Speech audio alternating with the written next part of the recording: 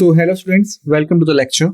So students, as we have started the static GK part of modern history and we had started and covered the Governor General of Bengal, and now in the previous lecture we had started the Governor General of India. So in this lecture we are going to cover and we are going to continue basically the Governor General of India. Okay, so let's start.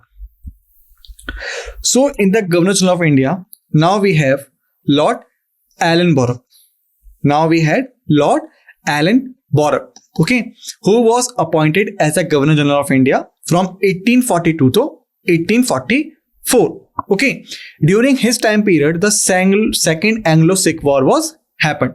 Okay, which resulted in the defeat of Sikh Empire and the annexation of Punjab into British India. This war was further expanded British territories in India. So basically, what happened? The Treaty of Amritsar. The Treaty of Amritsar, which was signed between whom? Which was signed between Lord Minto and Maharaja Ranjit Singh. Okay, and who was the person who played a significant role in it? So his name was Charles Metcalfe. Charles Metcalfe was a person who played a significant role in this treaty, and as per the treaty, the east of Satluj would be declared as a territory of Sikh Empire. Okay, but when Maharaja Ranjit Singh died, okay, thereafter there was a tensions between the Britishers and as the Sikh Empire. Okay, this tension resulted into the Second Sikh Anglo War or Anglo-Sikh War basically. Okay, in this war, the Britishers were able to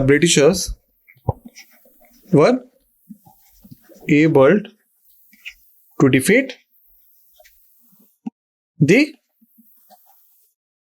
Sikh Empire.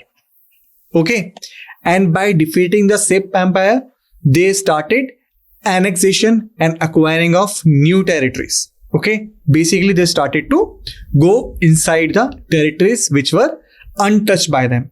Okay, and the most important part of this is annexation of Sindh, okay, which is currently now in the Pakistan area. Okay, so first they started to occupy the Indian Punjab, which was also known as Eastern Punjab. Okay, thereafter they marched towards Sindh area of Pakistan as well. Got it? So Lord Ellenborough also oversaw the annexation of Sindh in 1843 after the Battle of Miani. So remember, the Battle of Miani was basically for the annexation of Sindh. And who was the Governor General of India during this time? Answer should be Lord Ellenborough. Okay, so the Lord Ellenborough was the Governor General of India during this time. Got it? Now let's move forward. Now we have Lord Hardinge. Lord Hardinge first. Okay, now we have Lord Hardinge first. Okay, who was appointed as a Governor General of India from 1844 to 1848. During his time period, the annexation of the Punjab was taken place. One of the major events during Lord Hardinge's first time as Viceroy was the annexation of the Punjab after the Anglo-Sikh War in 1849. This marked the end of Sikh Empire and added a substantial treaty of British India. Basically, we could say during the Lord Ellenborough,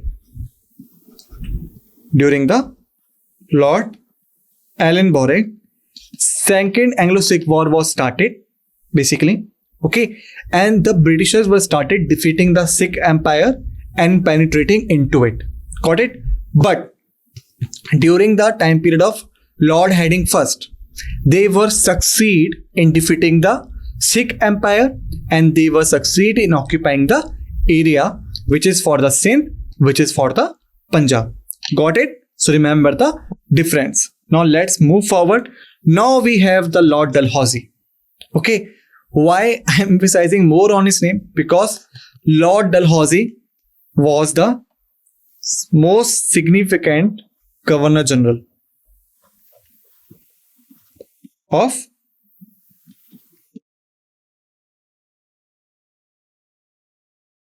India.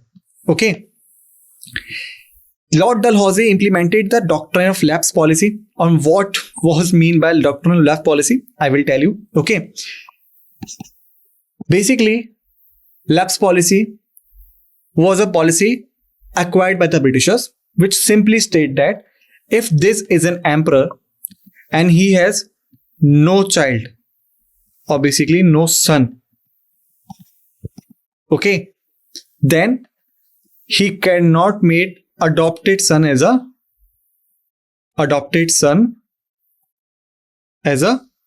new ruler. Okay, in simple terms, doctrine of lapse was that if the king and if the ruler had no son to be appointed as a new ruler, then he could not appoint the adopted son as a new ruler. Okay, he should be the real father of that particular child who is going to become a next ruler. If this not, then the empire would be fall under the control of British. Okay, so suppose, let me conclude it in simple so that you could understand it better.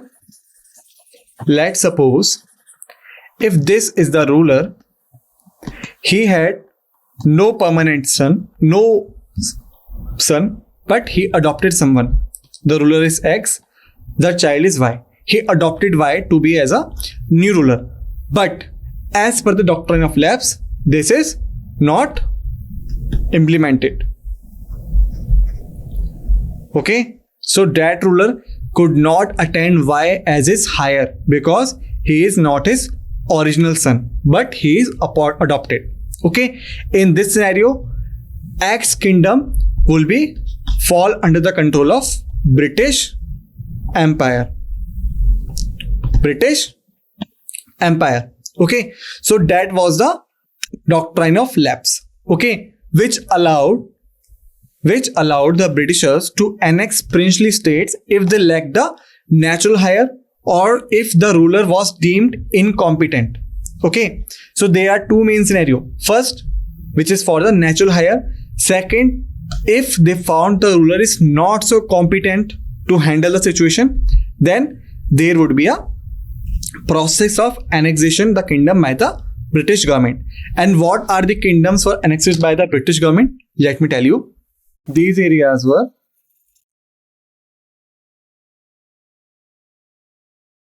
started with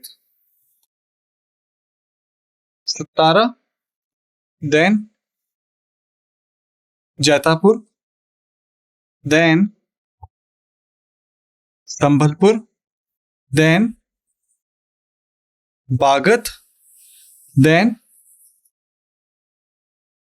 Udaipur, then Jhansi, then Nagpur, and Tanjore and Arcot. Okay, so basically these were the areas which were covered by the Britishers. Okay, like Satara, Jaitapur, Sambhalpur, Bhagat, Udaipur, Jhansi, Nagpur, and Arcot, serial wise. Okay, so these are the serial wise order. So these areas were occupied by the Britishers under doctrine of lapse. Either they did not have their natural heirs or their rulers were declared incompetent by the British government. Got it? Now let's move forward.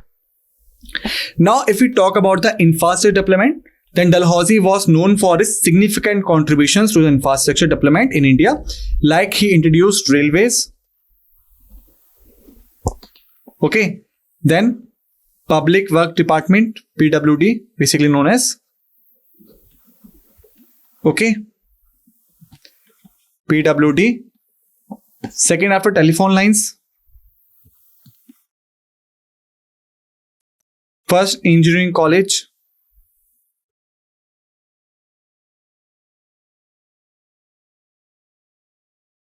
Roorkee. Okay. So these were some of the significant contributions made by the Dalhousie in the infrastructure of India. Okay. Thereafter, we have introduction of uniform postage. He also introduced the concept of uniform postage with the issuance of the famous Sindh Doc stamps in Sindh, which marked the beginning of India's postal revolution. Okay. So basically, as we know, India has the longest postal system. Okay, India has the longest, or you can say the largest postal, not longest, but the largest postal system working under the uniform postage, which was basically introduced by Dalhousie.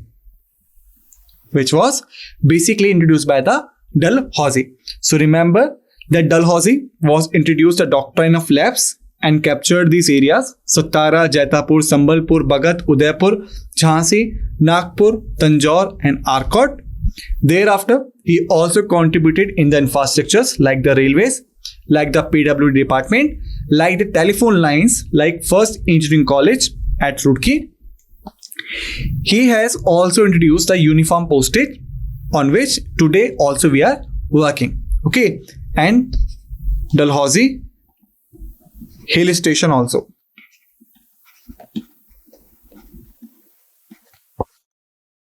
Got it?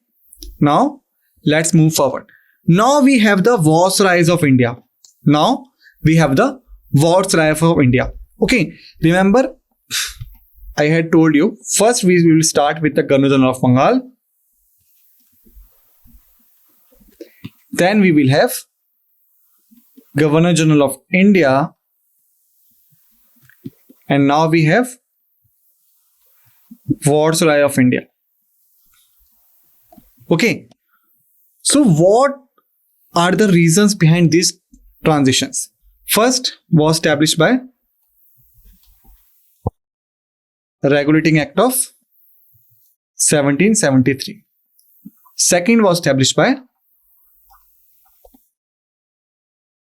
Charter Act of 1833.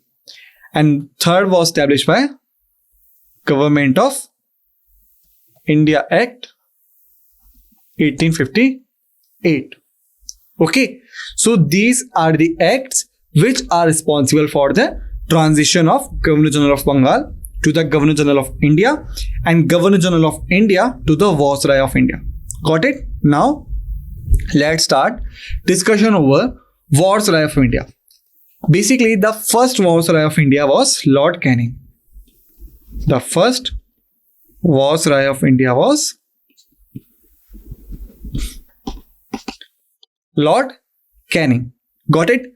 But what was the prime reason behind introducing the Government of India Act 1858? Let me tell you. Remember Dalhousie? We had just covered him. Okay, Dalhousie, basically he submitted the report to the British government, submitted the report to British Parliament,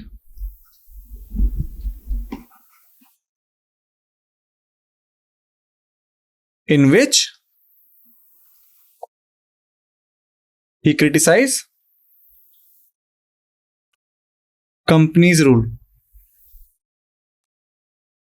Okay, basically the Dalhousie was a person who pointed out the atrocities and the misgovernance doing by the British companies. Okay, primarily the British East India Company. British East India Company. So he was the first person who pointed out that the British East India Company is not capable to manage the India. Okay, he criticized this, and even he mentioned that if something big happened to India, so British East India Company will be declared as responsible for it. Okay, and then we had a significant event which is known as the Indian Rebellion of 1857, which is known as the Indian Rebellion of 1857. Okay, so let's start the deep discussion over it. Deep discussion over Indian Rebellion of 1857. Got it? So basically, what was the cause? There are 4 causes behind this: political, economical, social, and military. Okay, so if we talk about the political cause, then the doctrine of lapse. If we talk about the economical, then downgradation of Indian factories, or you can say Indian market. If we talk about the social, then basically the violation of Sathee. If we talk about the military, then behavior of officers, low pay, and Enfield rifles. Okay, so let's discuss them one by one. First is a doctrine of lapse. Okay, so doctrine of lapse was introduced during the time period of Dalhousie. Okay, we had just discussed that doctrine of lapse states that if the state do not have natural heir or the heir is adopted, then he will not recognized as a king, but the kingdom will be goes under the hands of British. Okay, so as per the doctrine of lapse, 9 kingdoms of India were occupied by the Britishers. Okay, this drove up political attentions towards British rule. Second was economical, because there was an industrial revolution in Britain. Okay, so what was happening? If this is India, this is Britain. So the raw material was exporting to Britain, which was cheaper. Okay, and the finished goods were coming to India, which were costlier. Okay, so this was the cycle going on. The Britishers were exporting the raw material from India to Britain and were importing the finished goods from Britain to India. Okay, and also the machine-made goods of industrial revolutions were making handmade goods of India outdated. So due to this, there was a huge economical loss to the Indian society. Okay, the third was the social cause.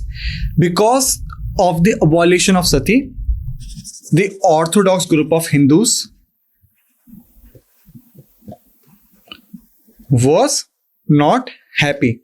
Okay, they was not so happy with the government decision to abolish the Sati Pratha, because they were assuming it as an attack on their religious identity. Got it? So they were against this fact. And the military cause were basically the behavior of the officers. Okay, the officers were not so behaved with the Indian soldiers. They generally abused them. They generally tried to show them downside of their natures. Okay, also there was a low pay to the to the Indian soldiers, not British, to the Indian soldiers. Okay, and also there was an introduction of Enfield rifles, and it was supposed that the bullet of Enfield rifles is made up of cow and pig meat. Okay, which was unpure for both Hindus and the Muslim soldiers. Got it? Because you have to bite the bullet from your mouth, and it is supposed that the bullet is made up of the meat of cow and pig. Got it? So these factors drive the first revolt of India, which is known as the Indian Rebellion of 1857. Got it? We will discuss about it in upcoming lectures. Till then, just remember. So this rebellion was happened in the 1857 during the time period of Lord Canning. Okay, And as we know that Dalhousie made a report to the British Parliament in which he claimed that the British East India Company is not so capable in maintaining India, and if something adversely happened, then this company should be liable. And same thing was happened, and the Government of India Act 1858 was passed to end companies rule in India. Okay, so the company's rule of India was ended by the Government of India Act 1858, and this established several things.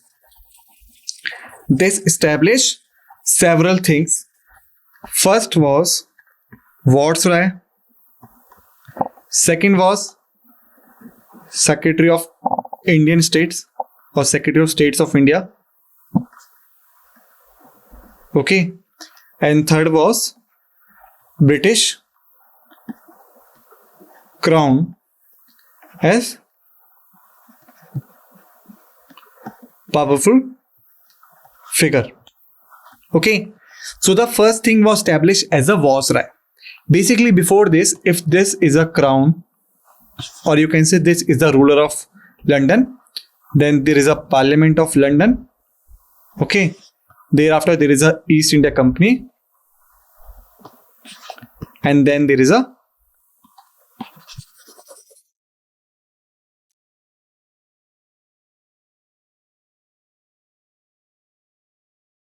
East India Company, and then there is a Governor General.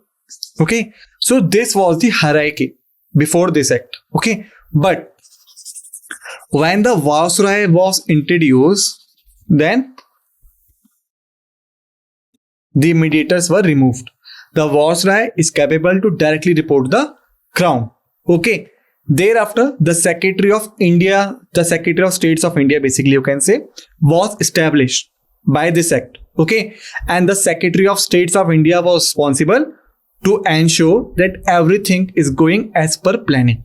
Okay, whatever planning has been made in the London, whatever instructions have been received by the Crown, whatever instructions are given to the Viceroy, they all should be done as per the planning.